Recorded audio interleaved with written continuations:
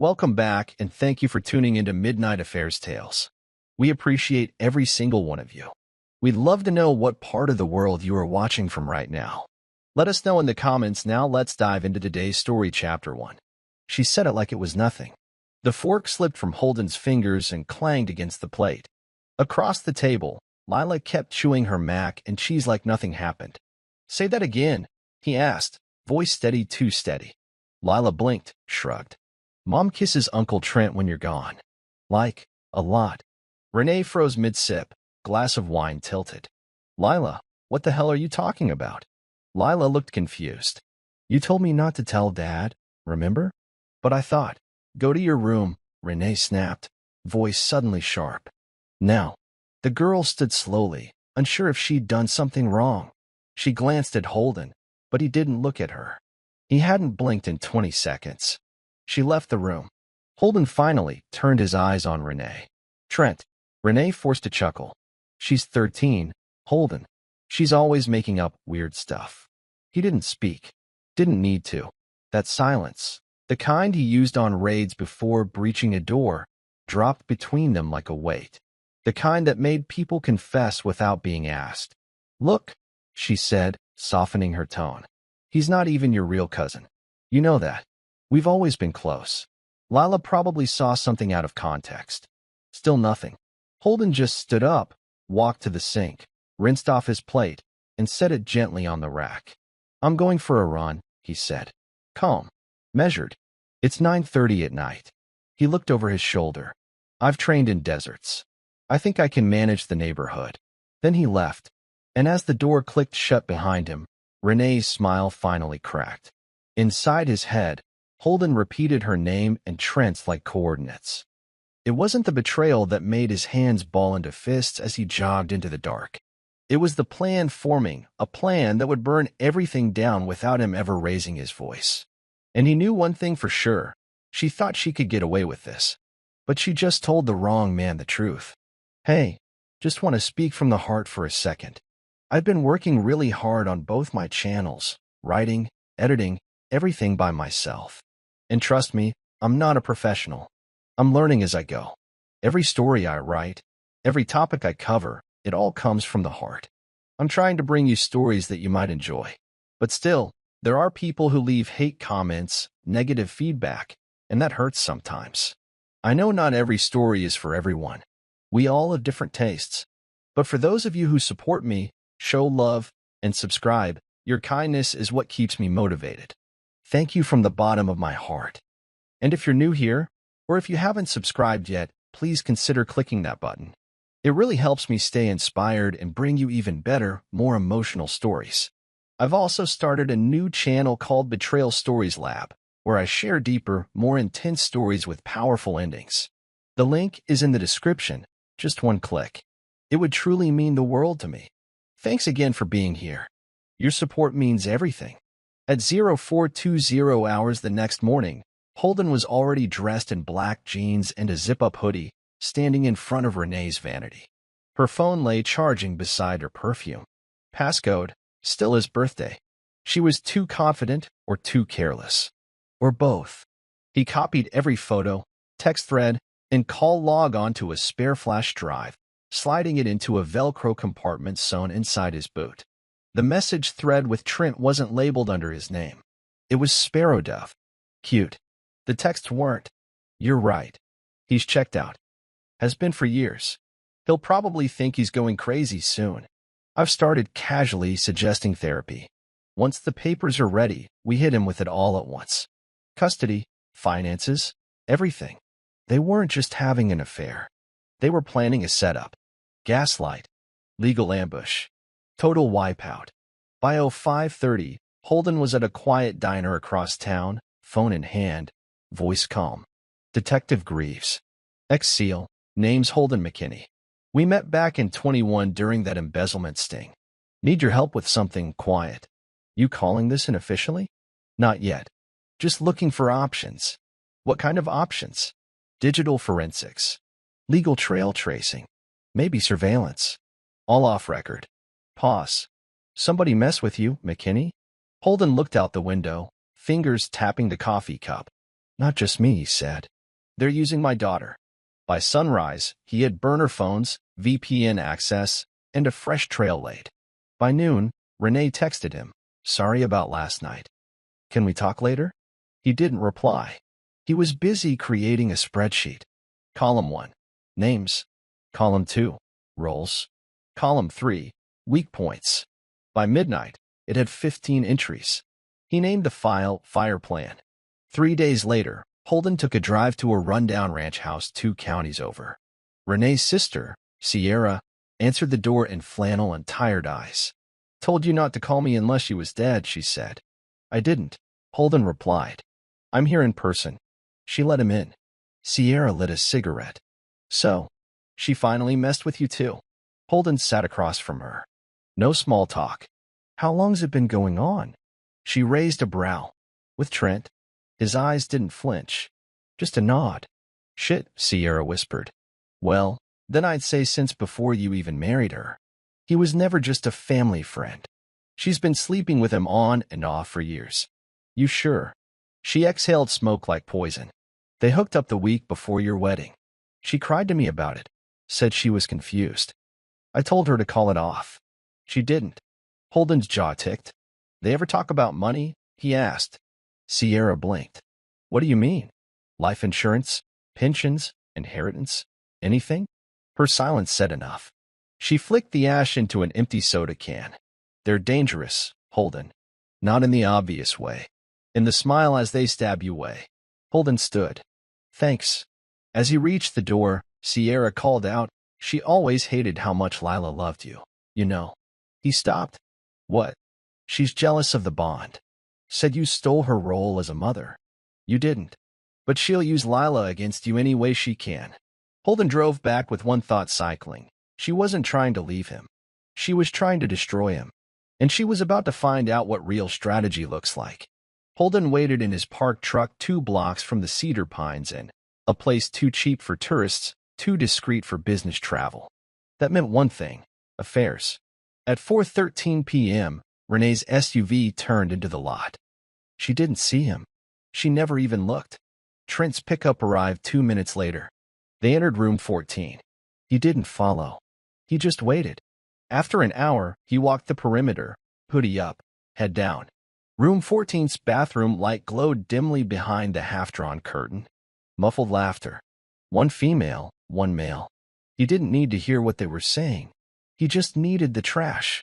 That night, Holden returned with gloves and a small toolkit. Popped the lock on the dumpster out back. Rummaged for anything. Found a crumpled paper bag with a discarded hotel keycard, 2 coffee cups, a receipt with Renee's signature, and an empty condom wrapper. He stared at the keycard a long time, not because of what it proved. He already knew. It was what it unlocked. Leverage. Back home, Renee kissed him on the cheek. "Late run again?" Holden nodded. "Traffic." She smelled like perfume she never wore around him anymore. He noticed. Later that night, as she slept, Holden swept her car. Under the passenger seat, he found a lipstick that wasn't her usual shade. In the glove box, a folded receipt from a boutique motel, paid in cash. But what hit hardest was in the trunk. A child's drawing. Lila's, by the handwriting. Stick figures, Mom, Dad, and a third man labeled Uncle T. They were all holding hands. Holden sat on the garage floor, staring at it. His hand trembled once. Just once. Then it stopped. Because now, he knew exactly how to start taking them apart. The next morning, Holden woke before dawn. He watched Renee sleep, the subtle twitch in her eye, the tiny crease between her brows that deepened when she dreamed. It used to be familiar. Now it looked like camouflage. He rose, opened a long-forgotten storage box in the basement, and pulled out their wedding DVD, slipped it into an old player. Static. Then laughter. Renee's voice. Younger, higher, innocent. He watched the vows. Her smile. The way she touched Trent's arm when he gave the best man speech. Too casually. Too often. No one else would have noticed. But Holden noticed everything now. He rewound. Froze on one frame, her fingers brushing Trent's wrist, and the look between them that wasn't friendly. He fast-forwarded to the reception. There it was again, Another touch. Another glance. She'd always told him Trent was just a wild card, a family embarrassment, that he didn't even like military types. But there he was, drunk and grinning, whispering into her ear while Holden danced with her mother. She looked happy, happier than she had on their honeymoon. He turned off the TV, went upstairs. Renee was awake, scrolling her phone. "You sleep okay?" she asked, like nothing had ever happened. Holden nodded. "Yeah, you." She smiled. "Best in a while." He stared at her. Not through her, at her. Like someone assessing a threat profile. "You want to take Lila to the zoo this weekend?" she asked. Holden forced a smile. "Actually, I was thinking we'd do something better." "Oh, I think it's time for a little family video project." She tilted her head, confused. "Home footage. Old stuff. Remember that wedding DVD?" Something flickered behind her eyes. Barely noticeable, but it was there, and Holden saw it. It was raining the night Holden found it, cold, slick wind tapping against the garage door like fingers. He'd been doing routine sweeps of the house. Not for safety, for intel. That night, it was Lila's toy bin that caught his eye. A corner of something black was poking out beneath stuffed animals and doll clothes. He pulled it out, an old lockbox. Not one of his. Inside, burner phone, disposable credit cards, cash, and printed documents. The phone was the jackpot. Holden plugged it into his laptop using an adapter, bypassed the pin in under 2 minutes. Muscle memory from SEAL missions kicked in. The messages were clear. So was the voice recording saved under Last Resort. He played it. Renee's voice. Calm. "I see. If he flips out, claim PTSD. Say he scared you. Say Lila was in the room. That's the fastest way to get custody." Holden stared at the screen, jaw clenched. There was more. A PDF titled Property Division Strategy. Trent's notes on Holden's military pension, the house value, even his VA disability rating. They planned it like a corporate acquisition. But what stopped him cold was the final file. A scanned document. Legal draft. Restraining order. Pre-filled template. Trent had written Holden's name in already. Holden didn't speak.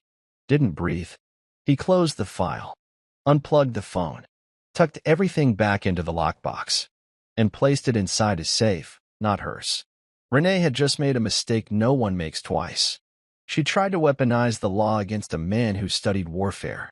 And now, he wasn't just going to expose her. He was going to flip their entire plan into the biggest public collapse they'd never see coming. Holden sat in the back booth of a coffee shop 2 towns over, rain tapping the window beside him like clockwork. The man across from him, Danny Callan, wore a wrinkled dress shirt, stank of old cologne, and kept glancing at the door like someone might walk in. "You sure you want to know this much?" Danny asked, voice low. "Once you know it, you can't unknow it." Holden didn't blink. "Start talking." Danny scratched the back of his neck. "Trent's not just your wife's mistake, man. He's been running something bigger. Real estate fraud tied to a fake nonprofit for veterans. They use dead soldier identities to open dummy accounts. Feds are sniffing around already." Holden's jaw tightened. "And Renee?" Danny hesitated. "She's not in deep. But she's not innocent either. From what I saw, she knew about some of it. Helped shift a few transfers through her law firm's escrow accounts. Paper trail's fuzzy, but she's tied." Holden finished. Danny nodded slowly. Holden leaned forward. "What happens if those documents go public?" "They burn. Trent's record? Gone. Renee? She's looking at disbarment. Worst case? Charges." Holden stood. Slipped an envelope onto the table. "For your time. Stay available." "Man," Danny sighed. "You're planning something big, aren't you?" Holden didn't answer. He just walked out, rain soaking through his hoodie, fists clenched inside his pockets. Back home, Renee was laughing in the kitchen with Lila, pancakes sizzling on the stove. Holden watched them from the hallway. Her voice. Her smile. The way she leaned down to kiss Lila's forehead like nothing was wrong. Like she hadn't sketched out his downfall in a burner phone plan named Last Resort. She turned and caught his eye. "Coffee." He nodded. And smiled. But the smile didn't reach his eyes. "You know, I've been worried about you," Renee said, stirring her tea with too much care. You've been distant. Holden looked up from his laptop. Busy week. Busy with what? Thinking. Renee smiled. Controlled. You know, Monica mentioned a therapist. Someone who works with veterans. Might be helpful, considering what you've been through. Holden raised an eyebrow. Monica's suddenly a therapist now. No, but she cares. We all do. Holden leaned back in his chair. You think I need help? I think we should talk to someone. Together. There it was, the pivot. The soft nudge toward the narrative. Unstable vet, PTSD, erratic behavior. The prep work for custody theft. He played along. Fine, he said. Set it up. The smile she gave him didn't look victorious. It looked rehearsed. 3 days later, Holden sat across from Dr. Pierce in a cozy office filled with fake plants and bookshelf psychology. I understand your wife's concerned about changes in your mood, the doctor said, scribbling notes without looking up. She always was dramatic. She mentioned paranoid behavior, difficulty sleeping. Holden chuckled. Ever tried sleeping next to someone who lies for sport? The doctor paused. You feeling safe? No, Holden said, voice flat. But maybe she should. A beat. Excuse me. Holden smirked. It was a joke, Doc. The session continued with surface-level questions, all clearly angled toward checking boxes. Is he unstable? Violent? Detached? He answered calmly, steadily. At the end, Dr. Pierce said, Your wife wanted a joint session. We can schedule one if you're open. I'm very open, Holden said. That night, Renee greeted him at the door like a wife from a sitcom. How'd it go? Oh, enlightening, Holden said. We're going to do a session together. He's interested in hearing your side. Something flickered in her eyes. Fear? No, adjustment. She hadn't expected him to say yes. Good. Let her think he was falling into the trap, because while she built her case to take him down, he was already building his case to bury her. In a dim corner of Monica's living room, Renee sipped wine like it was her armor. He's calm now. Suspicious, maybe, but calm, she said. Monica tucked her legs beneath her. That's how they act before they snap. You need to get ahead of this. I am. I've got the joint session booked. If he says anything crazy in there, it's on record. Any word from Trent? He wants to move faster. Said we can't drag this out or Holden my lawyer up. Monica paused. You want me to speed things up with the custody lawyer? Yes, Renee said. Do it. Across the street, Holden sat in a borrowed SUV, recording the entire conversation through a directional mic. Every word came through clear in his earpiece. He didn't need to guess anymore. They were orchestrating his destruction, every piece of it. And they thought he was blind. He watched as Renee stood to leave, hugging Monica. Thanks for being here. It helps. I'm just glad I can do something, Monica said. Holden quietly clicked, stop recording. Back home, Renee was already in bed. He slipped under the covers beside her. She whispered, I'm proud of you. For going to therapy. He turned slightly, his face inches from hers. Anything for the family. Then he kissed her forehead, gently. Affectionate. Convincing. She exhaled like she believed it. Like he wasn't planning to destroy everything she'd built on lies. But in 72 hours, she'd find out just how much he really knew. And who else was going down with her. Holden spent the next morning at his small, locked storage unit on the edge of town. The walls smelled of dust and metal, but inside was a different world, camo duffels, encrypted drives, tools that hadn't seen daylight since his final deployment. He pulled out a binder labeled Logic Chains. Not military issue. His own creation. Each tab section contained different types of moves, surveillance, information control, pressure points, legal leverage. He opened to Target, Civilian Domestic. Page 1. Rule number 1, never strike emotionally. Strike strategically. By 9 a.m., he was at a small tech repair shop, handing the burner phone from Renee's lockbox to a guy named Theo. Mid-30s, scruffy, sharp. I need everything. Unrecoverable deletes. Metadata. Message logs. Recovered voice memos, Holden said. Theo grinned. This a cheating ex or a full-blown war? Holden didn't smile. Both. By 10:15, he drove past the law office where Renee worked, spotted her car. He parked a block away and walked toward the bank next door. Security camera above the bank faced the shared parking lot. Perfect. Inside the bank, he spoke to the manager, a friendly older man. I'm updating some personal business security protocols. Wondering if I could request street footage for reference. Holden handed over his own business card, McKinney Risk Assessment, veteran-owned. Manager nodded. I'll send what I can. It refreshes every 48 hours. That gave him a window. He walked out of the bank, sunlight cutting through the clouds as he looked back at Renee's office windows. She thought she was playing chess. She forgot he'd been trained to infiltrate countries, not homes. He wasn't just gathering evidence. He was mapping a battlefield, and everyone she trusted was already exposed. Renee noticed it first on a Tuesday. Holden stopped asking questions. Stopped watching her with that heavy, unreadable look. Stopped coming to bed late. He was pleasant, even-keeled, emotionless. That scared her more than yelling ever would have. Everything okay? She asked one night, pouring wine into 2 glasses. Sure, he said, not looking up from his laptop. She watched him from across the room. You've been quiet lately. I've just been thinking. About. He finally looked up. The future. Something in his tone made her pulse hitch. She handed him a glass. You're not still worried about us, are you? Holden smiled. Not worried at all. She didn't know how to respond to that. The next day, Monica called. He's too calm.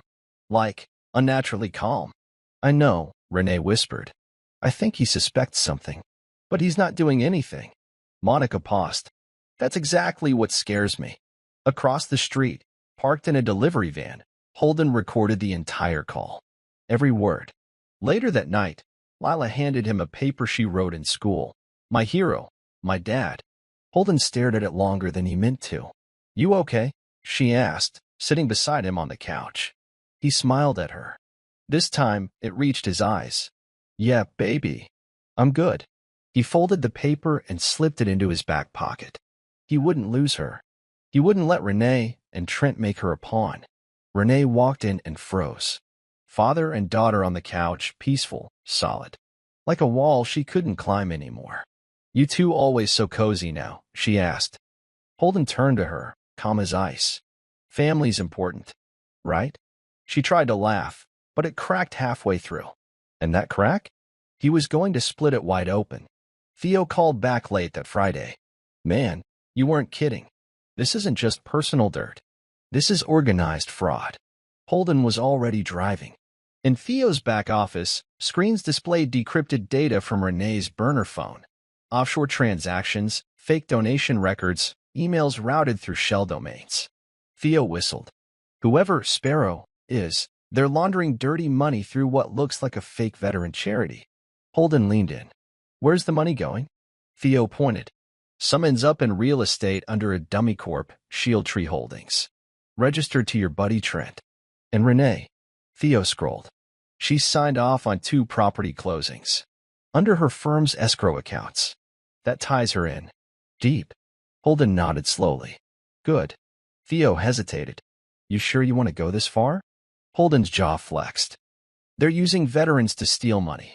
They're planning to take my daughter. And they thought they'd destroy me quietly. He looked Theo dead in the eye. I don't believe in quiet. On his way out, he placed a secure call to Detective Greaves. I've got enough to sink them both. Wire fraud, financial crimes, collusion. Might be bigger. Greaves whistled. How solid? Solid enough to get the feds interested. Holden paused. But I'm not handing it over yet. Why not? Because exposure isn't the endgame. Greaves caught the shift. Then what is? Holden looked out the window at the city lights. I want everyone who protected them to burn too. He hung up. And somewhere across town, Renee and Trent laughed over wine, still thinking this was just an affair. Still thinking they'd won. They didn't know they'd already lost. They didn't know their downfall had chapters left to go. Holden sat across from Ricky Penn, an accountant with a too-slick smile and a Bluetooth still in his ear, even though no one was calling. Ricky worked for a boutique finance firm that had handled some of Trent's businesses. He'd met Holden once at a fundraiser years ago, didn't remember him now. That worked in Holden's favor. I'm just doing research, Holden said, laying a manila folder on the cafe table. trying to understand how certain nonprofits move money. Ricky laughed. Buddy, that's a full-time job. Holden opened the folder. Inside, printouts of transactions linked to Shield Tree Holdings, side by side with the Veteran Charities books. Ricky's smirk faded. You recognize those? Holden asked. Ricky adjusted his collar. They're familiar. You filed them. I mean, I was the accountant, sure. But it's not like you vouched for tax-exempt status on a company that funneled donations into luxury condos. Ricky leaned back, jaw twitching. This sounds like a setup. No, Holden said calmly. It's a negotiation. Ricky narrowed his eyes. What do you want? You're going to hand over clean copies of all internal memos, emails, and adjusted ledgers you've seen come through Shield Tree. And anything Trent had you bury. Ricky looked nervous. And if I don't? Holden leaned forward. Then the IRS gets everything I've already got. And you go down with them. Silence. Then Ricky sighed. Give me 2 days. You've got one. As Holden stood, Ricky grabbed his wrist. Why are you doing this? Holden looked at him flatly. Because you helped them steal from veterans. And you almost helped them steal my daughter. Holden's war map was no longer just theory. It was evidence, timelines, assets, and people. All color-coded. All connected. He called it Operation Riptide, because once it started, it would pull everyone under. At 2 a.m., he sat alone in his office with all the lights off except for his desk lamp. A blank email open. Subject, Shield Tree Internal, Urgent Attachment, 23 pages of compiled financial misconduct, sent anonymously to the IRS whistleblower program. He didn't sign it. Didn't need to. By sunrise, Trent would be dealing with a quiet but deadly audit notice. Next, Holden pulled burner number 2. Greaves. Info dropped. Check your inbox. That's just level 1. He ended the call and moved on to the next task, the therapist. Dr. Pierce had submitted a session report to a private family psychologist, one Renee intended to bring in during custody proceedings. What she didn't know was, Holden had already contacted that psychologist and sent a copy of Pierce and Monica's friendship trail. Photos. Emails. A private forum post from 2 years ago where Monica wrote, "So proud of my bestie, finally getting licensed as a trauma therapist." Conflict of interest? Definitely. Admissible? Possibly. Devastating if it leaked early? Absolutely. Later that afternoon, Holden sat quietly in the park with Lila, eating sandwiches and watching ducks near the pond. Do you love Mom? She asked suddenly. Holden looked at her. I did. You don't anymore? He smiled gently. I still love you. More than anything. She nodded, satisfied with that. Holden wrapped his arm around her shoulders. He wasn't just burning bridges. He was building a path straight to freedom, with his daughter at his side. The joint therapy session was held in a warm, beige office with fake plants and strategically placed tissues. Dr. Pierce welcomed them both with a smile that Holden read like a script. Glad we could all meet today. Let's talk honestly. Holden let Renee go first. She leaned in, practiced concern etched into her voice. I'm worried. He's been distant, and sometimes reactive. Not violent, but intense. Dr. Pierce nodded. Holden, how do you respond to that? Holden looked at both of them. Calm. Focused. Reactive, huh? Renee shifted. It's not an accusation. Feels like one, he said, tilting his head. I just want us to feel safe, she added. Holden chuckled once dry. Interesting word. Safe. Safe from what exactly? Dr. Pierce stepped in. This is a safe space, Holden. No, it's a boxed-in space, he replied, where one of us is playing chess and the other's being watched. Renee narrowed her eyes. What does that mean? Holden leaned forward slightly. I know about the burner phone, the escrow transfers. Trent, the documents in your lockbox, the drafted restraining order. Dr. Pierce blinked. Renee's face drained of color. What? I played the voice memo too, he added softly. The one where you suggest using PTSD as leverage. She stood suddenly. You set this up. Holden turned to the therapist. You work with Monica. That's a conflict of interest. But don't worry, the court will know soon.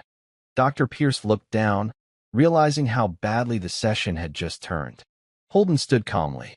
"Thanks for the tea." And then he walked out, slow, steady, in control. For the first time, Renee realized this wasn't therapy. It was checkmate. The waiting area outside Judge Rothman's chambers was sterile, bland chairs, buzzed lighting, the faint scent of old coffee and printer ink. Holden sat in his dark blazer, calm, unreadable. Across from him, Renee flipped through her phone, trying to look disinterested. But her foot tapped too fast. When the clerk called them in, Holden stood first. Inside, Judge Rothman glanced over his glasses at the files both parties had submitted. Custody discussion. Preliminary motion. Routine. Until Holden slid over a slim folder marked supplemental evidence. Conflict of counsel. "Your Honor," he began, voice cool, steady. "Before we begin, I want to disclose something I believe directly impacts this process." Renee shot him a glance. Her attorney, freshly hired after Monica's recommendation, frowned slightly. The judge opened the folder. Inside, a series of screenshots, emails, and a photo of Renee's attorney attending a weekend barbecue with Trent, Monica, and Dr. Pierce. The judge's brow lifted. "Are you alleging collusion, Mr. McKinney?" "I'm stating a conflict of interest," Holden replied. "My wife's legal team, therapist, and outside consultant have long-standing personal relationships, some tied to an ongoing financial investigation." Silence. Renee's attorney shifted in his seat. "Your Honor, that's sit down," Judge Rothman said, flipping another page. "This therapist submitted a report to this court based on private sessions not disclosed to both parties. That's an ethical violation." Renee opened her mouth to speak. The judge raised a hand. "You may want to find new counsel, Mrs. McKinney." Outside the courtroom, Holden didn't gloat. He didn't speak. He walked right past Renee and out the doors. This wasn't a win. It was the first domino. Sunday morning at St. Miriam's was always the same. Pews filled with familiar faces. Renee dressed in her finest, subtle gold jewelry, warm pink lipstick, soft waves in her hair. Picture-perfect suburban wife. She smiled at the pastor, waved at the choir. But as she made her way to her usual seat, she noticed it. The glances. Whispered exchanges between women she'd known for years. One of them, Jenna, the PDA treasurer, didn't smile back this time. After service, during the potluck, it hit her in full. Small cluster conversations stopped when she walked by. Monica approached, panicked. "Something's wrong." Renee forced a laugh. "What do you mean?" "Someone leaked something. About you. And Trent." Renee froze. "What?" Monica pulled out her phone, opened the Community Watch Facebook group. Pinned post at the top. "What kind of person steals from veterans, lies to her husband, and then smiles in church?" Below it, screenshots. Not all of them, but enough. A message from Trent to Renee. "Don't worry. He's too passive to fight back. Just keep gaslighting him till the papers are ready." Another image, a donation receipt from the fake charity. Her signature. Renee's heart slammed against her ribs. "Who posted this?" she whispered. "No one knows," Monica said. "It was anonymous. But it's going viral. It's already on the school moms group." Across the room, the pastor's wife looked at Renee. Not with judgment, with disappointment. Renee grabbed her purse and left without a word. She called Trent from her car. "We have a problem." But Holden was already 3 moves ahead. And the court of public opinion? It was brutal. Trent's apartment was dark when Renee arrived, panic in her voice. Someone leaked the messages. Trent didn't answer immediately. He was busy pacing, phone in hand, staring at an email from one of his business partners, an investor pulling out. "I've got bigger problems," he muttered. Renee grabbed his arm. Everyone saw it. Jenna, Megan, even the pastor's wife. They all know. So? They'll get over it. "No, they won't. My reputation is dead, Trent." He turned on her. "You think mine isn't? I've got feds sniffing around, clients ghosting me." "What?" She blinked. He threw his phone on the couch. "You didn't tell me Holden had connections in the system." "I didn't know," she shouted back. "You said he was weak, that he'd roll over." "Well, he didn't," Trent said, pacing again. And now I'm hemorrhaging accounts. Do you have any idea what that means? Then came the knock. 3 knocks. Sharp. Calculated. Renee peeked through the peephole. A woman, maybe mid-30s, dark lipstick, expensive coat. She opened the door. The woman smiled. You must be Renee. Who are you? Trent's girlfriend, she said calmly. Well, as of about 10 minutes ago. Renee's blood went cold. Trent stepped up behind her. Lexi, don't. Lexi looked at him, disgusted. 2 phones. 3 women. 1 fake foundation. I'd say I dodged a bullet. She turned to Renee. Just so you know, I found the 2nd phone in your name. It's going to the feds. Then she left. Silence. Renee turned to Trent. What phone? He didn't answer. Didn't need to. She realized then, the man she threw her marriage away for was throwing her under the bus to save himself. And Holden? He wasn't just destroying their plan. He was making them destroy each other. Holden stood across from a quiet civil clerk in the county records office, a stack of notarized documents in hand and a folder marked McKinney, Protected Benefits in red ink. I need to file a beneficiary protection claim, he said calmly. Military pension, disability, and survivor benefits. Emergency motion. The clerk flipped through the papers, eyebrows raised. You're locking her out completely? Holden's jaw tightened. She never earned a penny of it.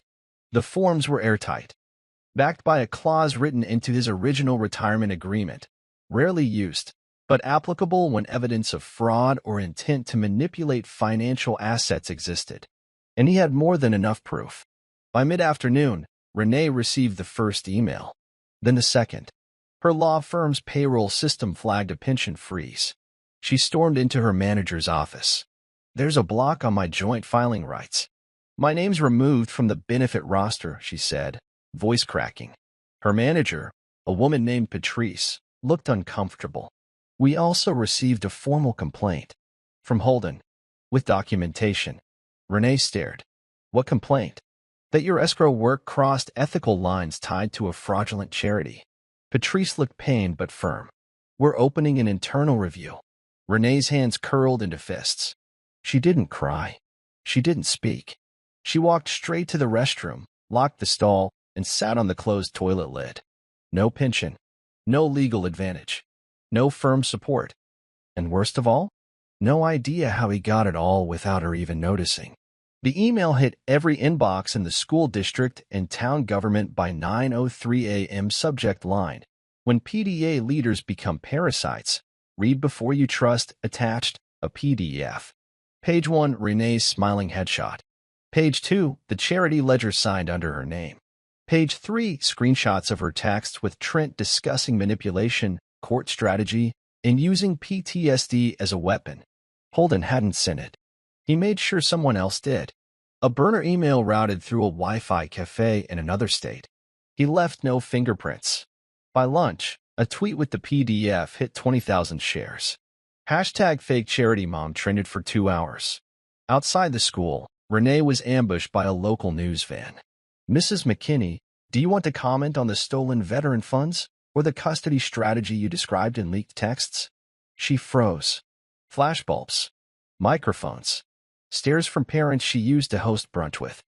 She got in her car, hands trembling, slammed the door, and drove. At home, her phone wouldn't stop buzzing.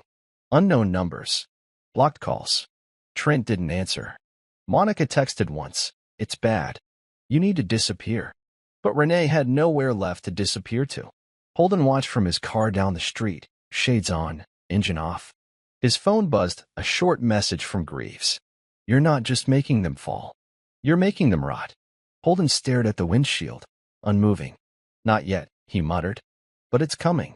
The silence between Renee and Trent could have filled a stadium. They sat on opposite sides of his apartment, tension like smoke between them. A silent war of blames and buried secrets. He's playing us, Trent finally said. You realize that, right? He's setting you up to take the fall. Renee scoffed. Me? You dragged me into Shieldtree. You said it was clean. I said it was contained, Trent hissed. You're the one who used firm resources to float transactions. I told you to use cash. And you were sleeping with someone else, she snapped. He laughed bitterly. Look who's suddenly a saint. Renee stood. You think I'm going down alone? I'll burn everything. Trent stood too, voice cold. You already did. He walked past her toward the bedroom, closed the door behind him. That night, Renee scrolled through photos on her phone. Her and Holden in better days, Lila at the beach, holidays they faked for the camera. She stared at one picture for too long. Holden and Lila carving pumpkins. She was off frame, not even in it. She hadn't noticed that before. Now it hit like glass in her chest. Outside, across the street, Holden stood in the dark, just far enough to stay hidden. He saw the light flick off in her apartment window. He didn't smile, didn't celebrate.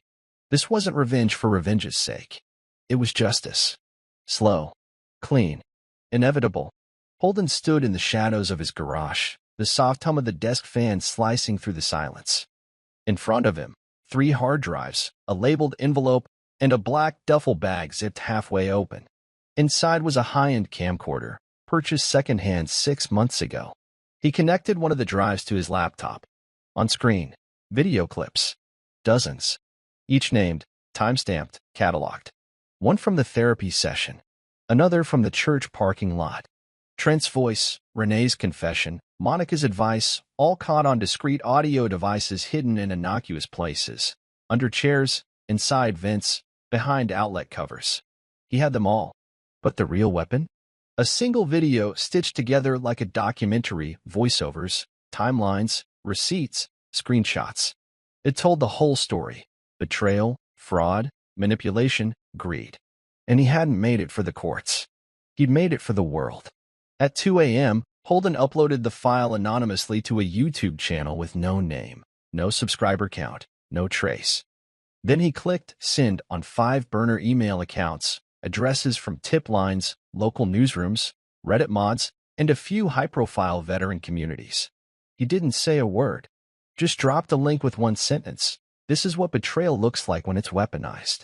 By morning, it had 218 views. By noon, over 3,000. By 6 p.m., it was trending on Veterans United, picked up by a journalist who'd once interviewed Holden years ago. He didn't watch the comments. He didn't care for the noise. Because this wasn't just a story anymore. It was proof. And as for Renee, she had no idea the whole country was about to see exactly what she'd done and what she tried to destroy. Renee walked into work to find a plain white envelope sitting on her desk. Inside, a letter from the IRS. Subject line, Notice of Audit, Escrow Activity Under Review. She stared at the words like they were in another language. The rest of the office faded to static. People passed by. Phones rang. None of it registered. Her stomach dropped. She turned to Patrice's office and knocked. You knew about this? Patrice didn't even look up. We received our copy this morning. You've been placed on administrative leave. Effective immediately. What? You'll need to return your key card and email access credentials by 5 p.m. Are you serious? Patrice finally looked at her, not with anger, but a cold, sterile detachment. There's too much smoke, Renee. We can't let it burn the whole house. Renee backed out of the room, her face pale. When she got to her car, her phone buzzed. Unknown number. She answered. Renee McKinney? Who is this? Agent Brewer, Department of Veterans Affairs, Office of Inspector General. You've been named in an investigation regarding fraudulent veteran relief funds. We'd like to ask you a few questions. Renee's world spun. I didn't. We'll schedule something formal, the agent continued. But in the meantime, do not delete any digital records. It will be considered obstruction. Click. Her phone slipped from her fingers onto the passenger seat. Back at home, she collapsed onto the couch, turned on the TV, and there it was, her face, on a local broadcast, overlaid with the headline, PDA Mom, Real Estate Exec Implicated in Fraud, Abuse, and Family Court Manipulation. Holden hadn't just exposed her. He'd buried her quietly, completely, and publicly. And it wasn't even over. Renee had barely slept when the doorbell rang. A man in a dark suit stood on the porch. Mrs. McKinney? She nodded, her voice gone. You've been served. He handed her a stack of papers, then walked away. She sat on the floor, flipping through them with trembling hands. Divorce papers, but not normal. It wasn't just adultery. Holden had cited constructive fraud, attempted emotional sabotage, intentional emotional distress, and petitioned for full custody based on evidence of mental manipulation and unsafe conduct. Every paragraph read like a death sentence to her reputation. Each claim backed with exhibits, photos, audio clips, transcripts, witness declarations. Sierra, the school principal, even Jenna from the PTA. Her phone buzzed. "Monica, this is bigger than us. You need a real lawyer now. And fast." But no one wanted the case. 2 firms had already rejected her by the time she called. Holden, meanwhile, sat in his truck watching Lila walk out of school, smiling, laughing with her friends. She spotted him and waved, running over. "Dad, guess what? I got picked for the science fair." He smiled. "That's amazing. Proud of you." They drove home together, music low, windows cracked just enough to let the breeze in. Inside, the house was calm, safe. Holden set her backpack down and walked to the kitchen. He didn't feel like a man who'd just destroyed someone. He felt like a man who'd survived. And the next time he walked into court, he'd walk in not as the man accused, but as the man who proved he was never the threat. Trent's condo was chaos. Papers everywhere. Multiple phones buzzing like wasps. The world that once admired him was circling like sharks. He paced barefoot across his kitchen floor as Lexi's voice echoed from the TV behind him. Shield Tree Holdings claimed to help disabled veterans. But a new video shows otherwise. His face appeared on-screen, laughing at a fundraising gala. Below it, B-roll of government forms, a receipt with Renee's signature, a condo lease tied to his LLC. The doorbell rang. Outside, a camera crew and a reporter with a mic already in hand. "Mr. Blake, do you want to respond to the viral video linking you to charity fraud and stolen valor?" Trent shut the door, locked it, and yanked the curtain closed. His phone rang again. His lawyer. "Finally. You told me this was low risk," Trent hissed. "I told you if it ever surfaced, you were screwed," the lawyer snapped. "You need to pull your accounts now. Shield Tree is getting subpoenaed. The VA's OIG just flagged all your financials. It's bad." Trent's hands were shaking. "Fix it." "I can't." A pause. The lawyer's voice softened.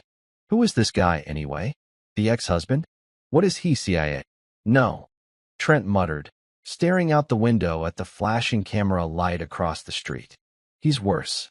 Dr. Pierce tried to keep her voice level as she addressed the ethics committee. "I was acting in the best interest of both parties."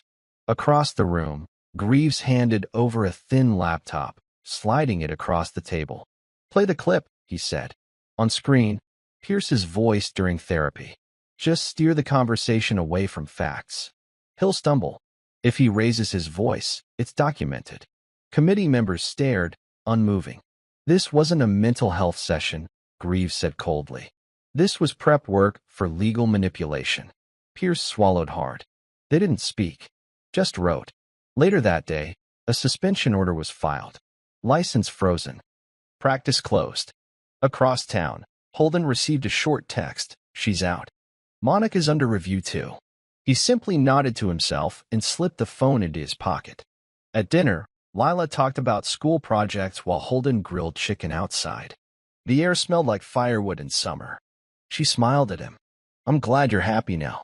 He looked over at her, surprised. "Why do you say that?" "You're not quiet anymore," she said. "Your eyes don't look sad." He bent down to eye level. "Thanks to you," he said softly. "You told me the truth." That was brave. She hugged him tight.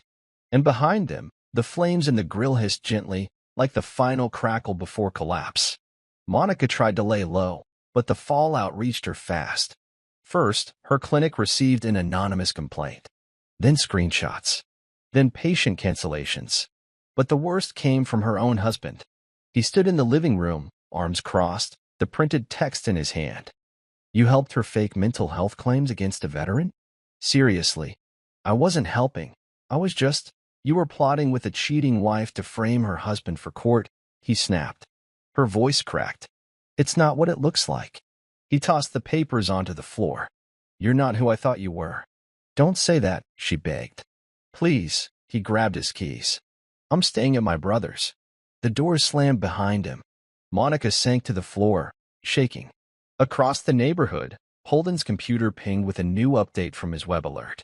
A blog post titled, Therapist, PTA Chair, and Financial Advisor, the Suburban Triangle of Collusion had just gone viral. The names were real. The receipts were attached. And Monica's face was front and center. He didn't smile. But he allowed himself one word. Good. The courtroom was quiet, too quiet, the kind of silence that buzzes in your ears. Renee sat stiff, her new lawyer tense beside her. The former one had dropped her after the conflict exposure. Her hair was pinned, her makeup sharp, but nothing could mask the panic just behind her eyes. Holden walked in slowly, dressed in charcoal gray, Lila's hand in his. When he reached their table, he knelt to her. You okay? He asked gently. Lila nodded. I'm not scared anymore. He kissed her forehead. Renee watched from across the room, lips pressed tight. The judge entered. Let's begin. Holden's lawyer stood. Calm. Precise. Your Honor, we are submitting into record audio and digital communications that directly demonstrate coercion, manipulation, and an attempt to weaponize PTSD to gain custody. The first clip played. Renee's voice. If he gets loud in court, we push the trauma angle. We can win this. Gasps scattered across the room. Renee's lawyer whispered harshly in her ear. She didn't respond. Holden never looked at her. He stared straight ahead. The judge leaned forward. This isn't a typical case. This is a deliberate abuse of family law systems. Ms. McKinney, I'm suspending your custodial rights until further review. If you object, you can file for an appeal. But as of now, he banged the gavel. Full custody awarded to Mr. McKinney. Lila squeezed Holden's hand tighter. He exhaled for the first time in hours. Renee sat frozen. It wasn't just about losing custody. It was about everyone seeing why. The cafe was quiet. Early morning, mellow jazz on the speakers. Trent sat at the corner table, eyes darting over his phone. His legal rep was ghosting him. Half his accounts were frozen. Shieldtree's site was down, replaced with a federal banner. Then came the sound, shoes on tile. For agents. Calm. Direct. Trent Blake. He didn't even run. They cuffed him where he sat, next to a cold espresso and a now worthless laptop bag. Under arrest for conspiracy to commit wire fraud, misappropriation of federal funds, and obstruction of justice, one agent said. A few patrons pulled out phones. One woman whispered, "Isn't that the guy from the video?" As they escorted him out, his phone buzzed on the table. An email from Holden. No text. Just a video attachment. Trent watched from the cruiser. The screen showed a looping image, a slow zoom on the words he once texted Renee. He's too passive to fight back. Holden's voice came over it. You mistook silence for surrender. Now it's your turn to be erased. Trent stared at the screen. It didn't blink. But he did. Hard. Holden walked into the local media studio with a small black flash drive in his jacket. The receptionist smiled. You're the guy from the veteran case, right? I'm the guy who wants the truth documented. He handed the drive to the editor on shift. Inside, a full-length, timestamp breakdown of Shieldtree's fraud, Renee's court strategy, Pierce's license suspension, Monica's disbarment request, and Trent's arrest footage, all backed with real evidence. This isn't just a scandal, the editor said, scanning files. This is a storm. Holden nodded. Then let it rain. By nightfall, the piece ran as a special report on 3 regional stations. The Veteran, The Betrayal, and The Collapse aired at 8 p.m. Clips cut between wedding videos and court records. Laughing PDA photos dissolved into mugshots and fraud audits. Holden watched it from home. Not proud. Not vindictive. Just relieved. Lila sat beside him, quiet. He turned to her. Are you okay watching this? She nodded. They should know. He placed his hand gently over hers. The fire wasn't over, but it had a name now. And for the first time, it wasn't his. The next morning, Renee opened her front door to a flyer taped across it. #ShieldTreeScam, Justice for Veterans. She ripped it down, but the damage had already spread. Everywhere she went, she saw it. A woman in the grocery store whispered behind her hand. Two teenagers took photos of her license plate. Even her dry cleaner offered her receipt with shaking hands. She tried to stay composed, lips tight, eyes forward, but the mask cracked in the parking lot. She sat in her car and sobbed.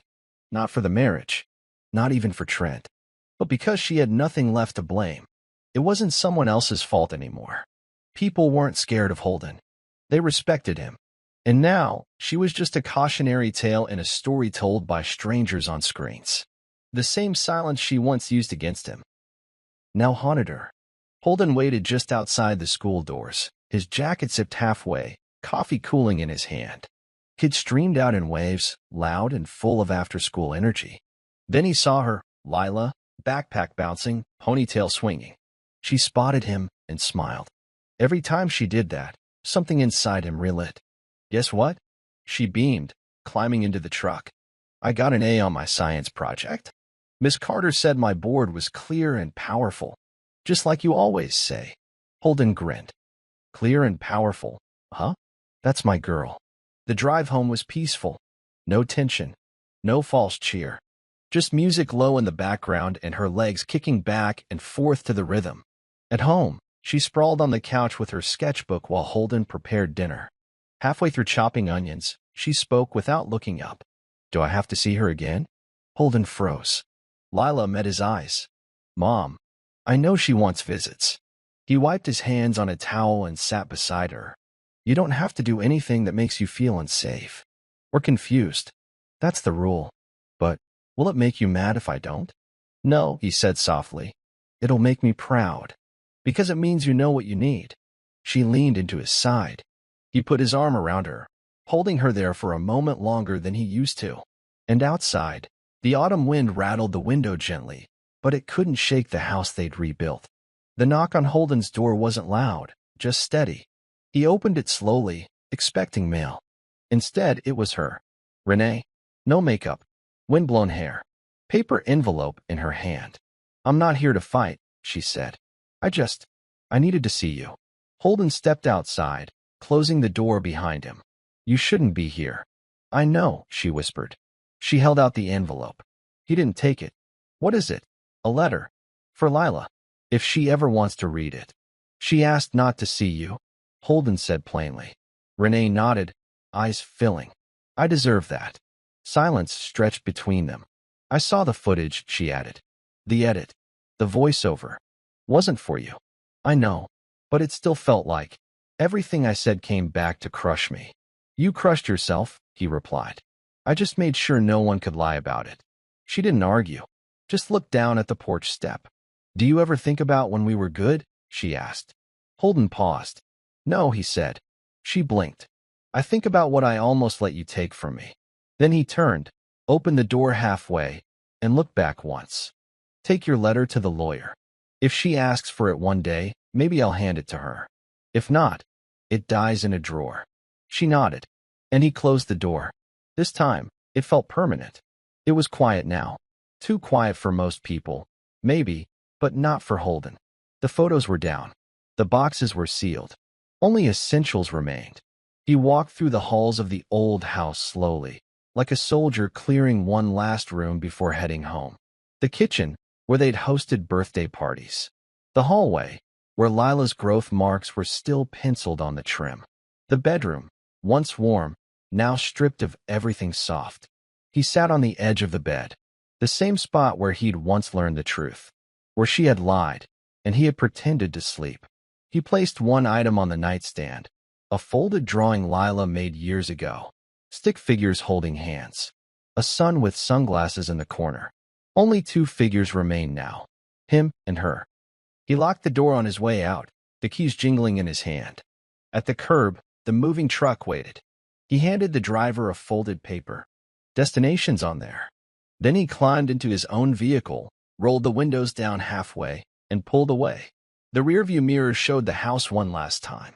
It looked smaller than he remembered. And finally, it didn't feel like his anymore. Holden sat across from the reporter, a woman named Dana Cho. Mid-30s. Sharp eyes. No nonsense. She clicked on the recorder. You sure you want to talk now? You've stayed quiet through all this. He nodded.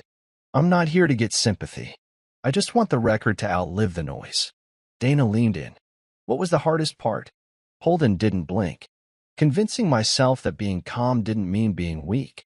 And the moment it changed, he paused, then smiled slightly. My daughter said, Mom kisses Uncle Trent when you're gone. That was it. No rage. No outburst. Just clarity. Dana nodded slowly. Do you think this could happen to others? It already is, he said. That's why I'm launching a legal fund. For veterans getting blindsided, not by bullets. By betrayal.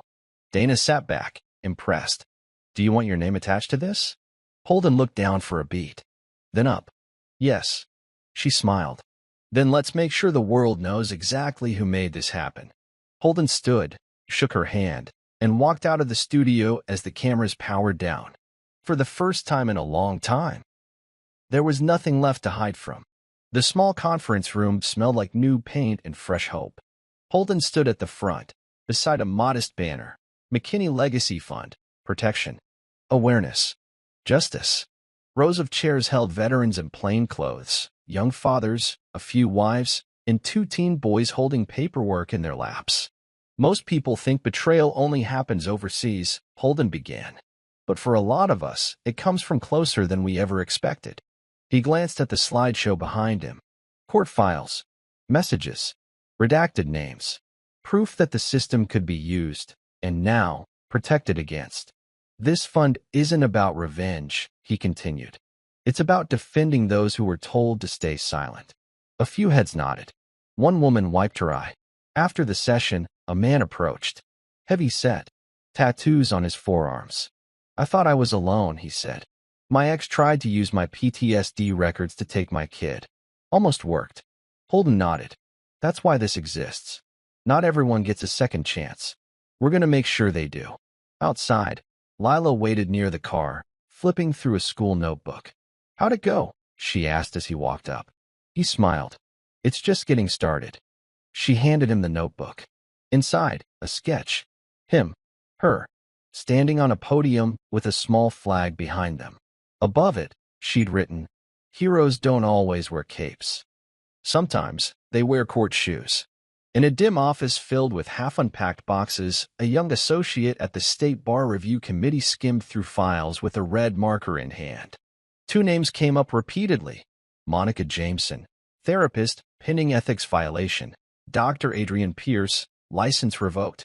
Renee McKinney, under investigation for misuse of professional resources and collusion with non-licensed advisors. The associate circled the final note in bold.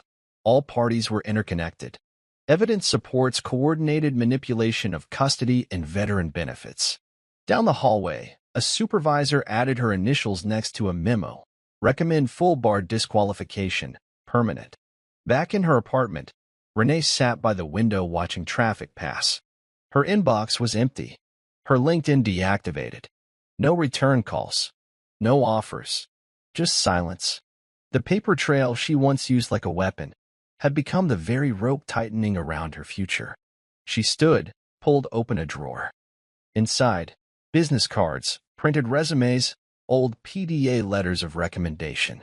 She swept them all into the trash. For once, there was no one left to impress. Lila stood in front of the full-length mirror in her new room. The sunlight hit different here, softer, warmer. The windows weren't tinted. Nothing felt hidden. She pulled on the hoodie her dad had bought, simple navy blue with McKinney Strong stitched across the chest. Then she smiled. Not because she had to. Because she wanted to. Holden knocked gently on the door. You ready? Almost. He stepped inside, pausing behind her. They both looked at the mirror together. You look like your mom, he said. Lila frowned.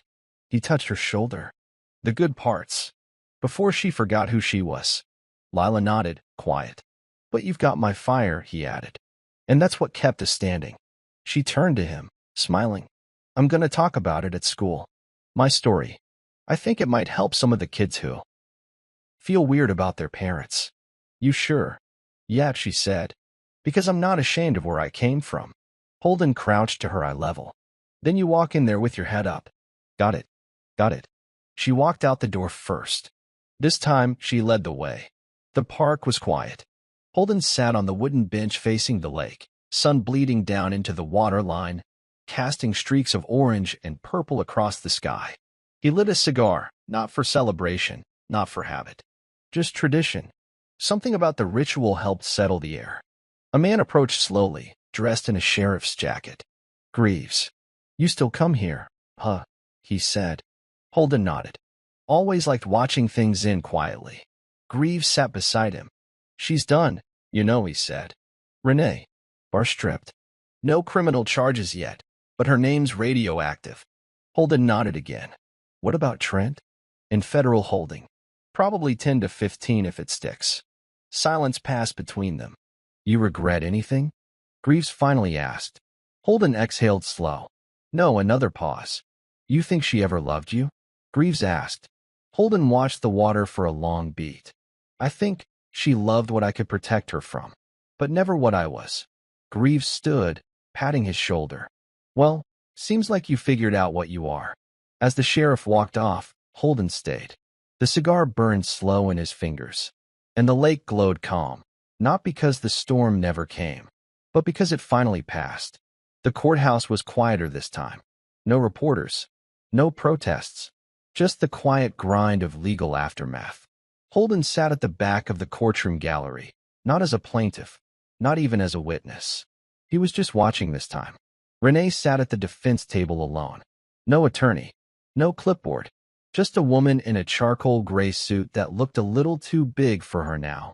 Her hair pulled back like she was still trying to project control. The judge entered, flipping through the thick file in front of him. Case 214B, Bar Ethics Committee versus Renee McKinney. She stood, shoulders stiff. The prosecutor summarized the findings quickly. Misuse of client resources. Perjury by omission. Pattern of coercive conduct in a domestic setting. Holden watched her hands, twitching at her sides, fingers curling into each other. This court finds Ms. McKinney in violation of the state bar's ethical standards and permanently revokes her license to practice law. A final blow, but not loud. Just surgical. The gavel didn't sound like thunder. It sounded like the soft closing of a casket. Renee didn't cry, but her eyes didn't rise either. Holden stood and walked out before she could see him. There was nothing more he needed to hear. She didn't lose because he hated her. She lost because she bet everything on him breaking. And he didn't. The call came at 9:47 p.m., unknown number, one ring longer than usual. Holden almost ignored it. But something made him answer. He didn't speak first. Renee's voice came through the line, brittle. "I know I'm not supposed to call. I needed to say one thing." He waited. "I deserve to lose," she said quietly. "I used to think I was the victim, but I see now. I was the storm." Silence. "Then, you were never going to break, were you?" Holden exhaled, slow. "Not when she needed me." Renee didn't ask who. She knew. "I'm leaving town," she said. "There's nothing left for me here." Still, Holden didn't reply. "I wanted to say goodbye," she added. "Not to win, not to come back. Just goodbye." He paused, and then simply said, "Goodbye, Renee." Click. No drama, no threat, no spin, just silence. And for the first time in months, it felt like peace. The attic smelled like old wood and insulation dust, the late afternoon light catching flecks of memory in the air. Lila was crouched by a box marked "Mom, Keep" in thick black marker. Holden peeked in, expecting her to be upset. But she wasn't. She held a stack of old cards, some birthday notes, old letters, and a baby blanket still neatly folded. "She used to write a lot," Lila said. Holden crouched beside her. "She used to dream a lot, too." Lila looked up. "You think she meant any of it?" He thought for a moment. "I think she wanted to. But wanting and doing aren't the same thing." Lila nodded, thumbing through one card with a heart drawn in crayon. "Can I keep a few?" "Of course." She placed 3 cards in her backpack. The rest she sealed back in the box and slid into the far corner. Then she turned. "I want to stop carrying it all," she said. "I'm tired of dragging ghosts around." Holden smiled. "You're allowed to move forward." They walked downstairs together. That night, she taped one card to her bedroom mirror. The words were faded but still legible. "Love means protecting each other. No matter what." She didn't keep it because she believed it came true. She kept it because she knew now her dad was the one who lived it. The courtroom was half full this time. No press, no whispers, just a few case managers, a family liaison, and the new judge, young, fair, and focused.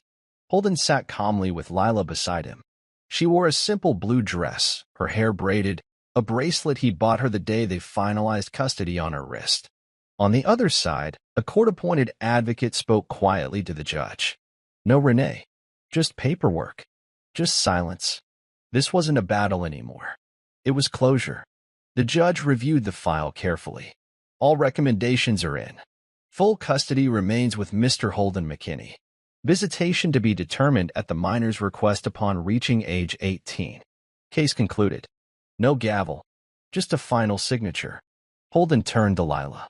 You okay? She nodded. I think I'm ready to stop being scared now. Outside the courtroom, they didn't rush. They just walked, side by side, no need for words. They passed a bulletin board with flyers pinned to it. One read, Need help? Legacy Fund is here. Holden smiled. This time, he was the safety net. The new home wasn't big, but it had a wide porch, sunlit windows, and walls painted soft yellow, Lila's pick. There were no locks on the bedroom doors. No secrets behind cabinets. No hidden phones or strange silences.